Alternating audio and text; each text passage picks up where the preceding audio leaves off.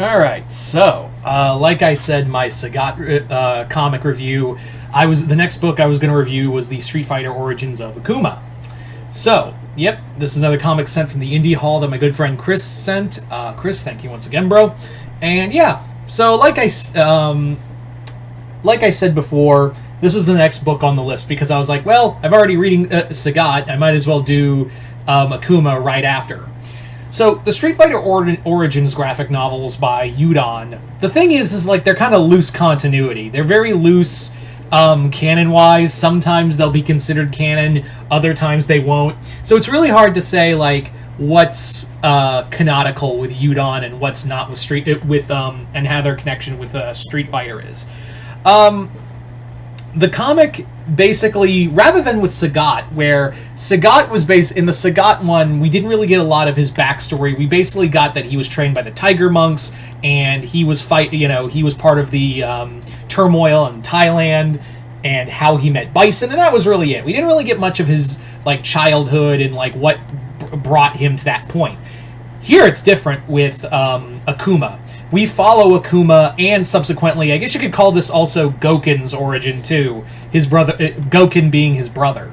So this does kind of follow Goken as much as it does Akuma, which I do kind of like because they're very intrinsically tied. But the story is that Akuma and Goken, when they were young, their father was killed by a group of martial artists, and eventually Akuma found his way to his father's old master.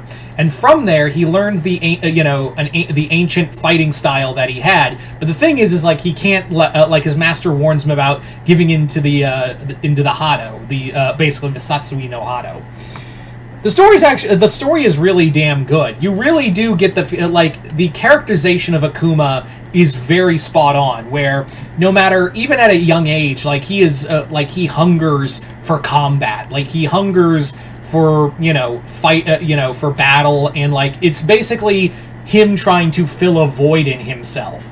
He basically is trying to fill a void that he, for no other reason, can find a way to escape from, and he fights constantly.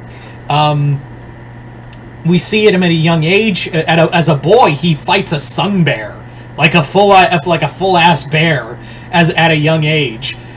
From there, he continues to keep fighting, and even going to Tokyo to be a cage fighter, to sate himself. There's actually a lot of great conversations with that, where Akuma at first is very much like, there's honor in combat and whatever, and the other dude's like, dude, Japan has had no honor since 2 bombs were dropped on it in World War II. It's just basically all about money and power, and you should get your head in the game with that.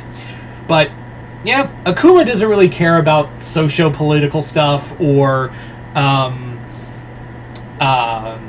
the dealings of these cruel men. He just cares about how many people can I fight and how much hurt can I put on them.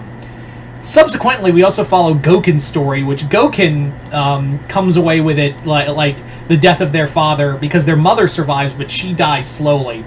But Goken's whole thing is that he's filled with a lot of anger and distrust. Also goes to their master, to his father's master, to train under him, and it eventually leads to like a collision course between the two characters. It's very much the two of them are on these two very close paths, but one of the brothers, obviously Akuma, is the one to fall to the Hado.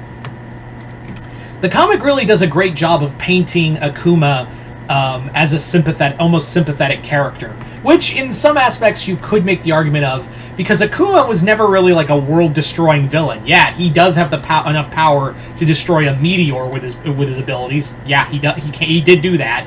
But what Akuma isn't is like he isn't like Bison or anything. Akuma, while he is an antagonist and he has killed people, it's not like he's going around murdering women and children. He did destroy villages, but it was the first time he tasted the Satsui no Hado, and it kind of overtook him.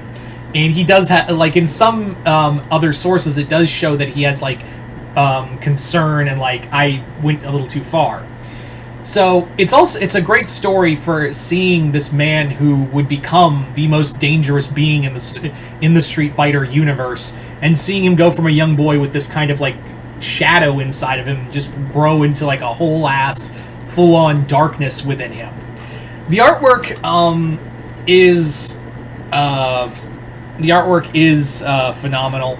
I love how they orchestrate the fight, how they panel the fights. I love how they use shadow in some places. Like, yeah, it's kind of like I can't. Yep, great work on shadowing in inks.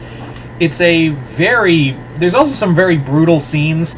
I especially love that Akuma is seen as still like a character. Even when he goes back to battle his old master, he does have like a sign of sympathy for him as well. It all culminates into the battle between Gouken and Akuma. And yes, a young Ryu does show up in here. I will also say, and I know like this theory has been thrown around a lot, I kind of subscribe to the theory that Ryu is Akuma's son. Mostly because, like, they have the same abilities, they have the same, like, he can use the Satsui no Hado at the same kind of level of perfection that Akuma can. It's not just me, it's a lot of people who say, like, yeah, Akuma there's a good chance, and I wish they would stop tap dancing around it and just kind of say whether he is or not. In here, they say, like, he's a boy from the village. But, again, the Udon comics play fast and loose with continuity for Street Fighter.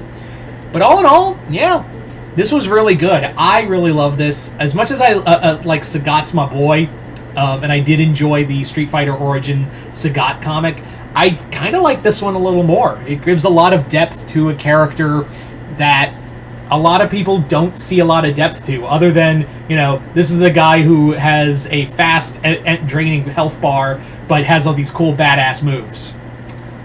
All in all, a pretty awesome book. So there you go, guys. That's I recommend it.